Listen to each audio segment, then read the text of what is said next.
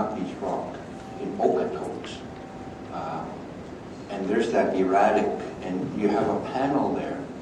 And in bold font is the scientific factual story. And in italics is the folklore about Napi and how the rock chased him. And to add insult to injury, they cite George Bird Grinnell in that. Culture for us, and we battle that in our community at Ridco College, is it's an afterthought. It's a subset. That's what it's come to mean instead of a paradigm. This is a great, I mean, this is still misunderstood today. This ended up with Lewis and Clark. This was a map given to Peter Fiddler. He was a rep for the Hudson Bay Company. And this was given to him, Old Swan. He wrote that on the ground. And Peter Fiddler drew it out. Sally had worked with Mark and Pivot to get the names of each of the streams. The topographers of the day did not understand this at all. Because I asked my students, what are those two lines? And they have all sorts of, it's a big river, it's, it's the horizon and what have you. That's the backbone. Those are the mountains. That was our reference point. Our people had different reference points. So in geography, the top of the map is always north. So it just threw everybody off. Even today, it's still being studied. What did this map mean? I gave too much credit to Lewis and Clark that they knew it. In fact, they didn't. They carried it with them for all the good it did them.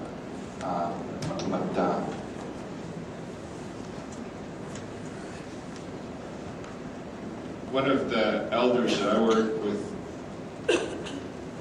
gave me a copy of this map, some years ago. And he said, "This is really important, and take it home and study it." And so I took it home, and I was probably like a lot of people that run into this map the first time. I was really interested in what is the names of all these rivers coming down out of the mountains and all of this. And so I was trying to pick apart what these names were and such. Really focused on the names, and you see little circles here and there that are camps, and you see these humps coming out of the mountains that are particular mountains and stuff. And I was just, looking at it as cartography and such. But at some point, and I don't know exactly what caused it, but I went back to look at this map again, and by that point, I had had different sets of experiences, and the map became something very different from me, and I decided, well, this is the wrong perspective. What happens if you turn this over and it becomes like the next slide? Yes, it's that land, the mountains with the rivers, is just like our homes. And in the painted lodges, it's actually drawn on there, of course, the mountains at the bottom. You have the poles coming up, rising just like the rivers, falling. And this slide is going back to culture. The last slide, the map, is to show that there's such misunderstandings that go on. This is Gokuno and this is Natoi. Our homes are sacred. And one of our elders, Frank Weaselhead, talks about a lot about this culture problem. And he says, I went to go see somebody had set up a teepee at the high school. And I went over there and I walked in, and everything was really put together nice. They had put up nice liners, and they had everything was really fancy. They were taking a lot of pride in it. And I asked them, gee, it's set up really nice. How come you set it all up like this? And they told him, they told him, well, you know, our homes are sacred. This is what this says. And a lot of our songs say this. Again and again you hear this. Our homes are sacred. And Frank told him, well, that man said, you know, our teepees are sacred. And Frank told him, well, how come you take so much care in this teepee, but I've seen your house and it's like falling apart. You know, if we put up a teepee and we notice that, you know, we're starting to get a tear, well, we fix that right away, hey? But somebody at their home, their you know, the siding might be all falling off, and you're waiting around for somebody else to come and fix it. And Frank has been advocating this as an example for a long time. You know, in the Blackfoot language, teepee is nidoyas, the original home. And the houses that we live in every day are called napioyas, white man's house. And talking about it like that reflects the thought of, you know, the thinking as well. Seeing our homes as something that is not really part of our way of life, and in that we treat those places as such. We don't have the same respect for our homes, and we don't behave the same inside of them. And this carries over as well to the classroom, and to education, and to schools. And they've not been really brought in as part of the Blackfoot world. There's not even a name for classrooms.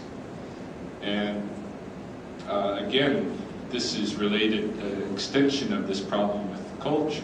Things are identified as this is part of Blackfoot culture, and this is not. And people are living in a kind of a schizophrenic state, where they feel like they're in two worlds and such.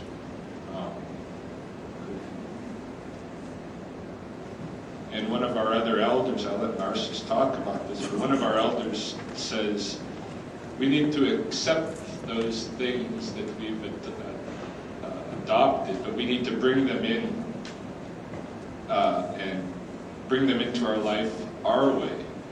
See to take them rather than to just borrow them as somebody else's thing. So this is that sign of being appreciative for the things that you have.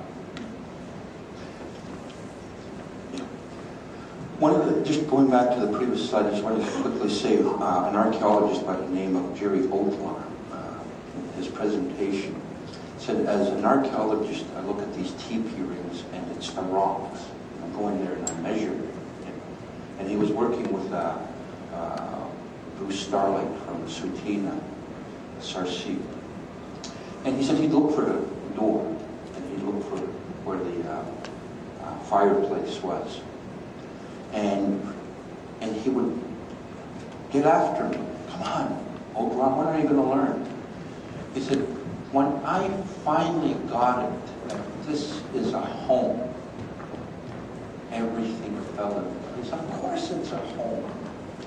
But everything made sense because I was approaching it as a scientist, as an archaeologist that needs to measure this, what is in here, what is the content, and maybe we need to dig it up. When it became a home, in my thinking, it just changed the dynamics of my research. Of course they're homes, and that's why these are important. Exumancy.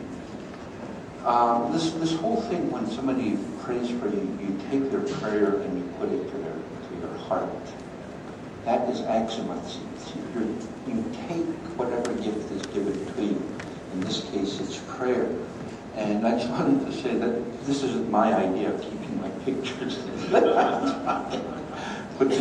I mean, one of the things that about this place is the students that we were teaching, several of them were going through turmoil. And one of the presentations, she was just crying right through. She said, I want to thank all of the elders that brought us to this place. I never realized how rich these places are and how powerful I am. I lost my sister very recently, and I'm struggling. But this has given me the chance to learn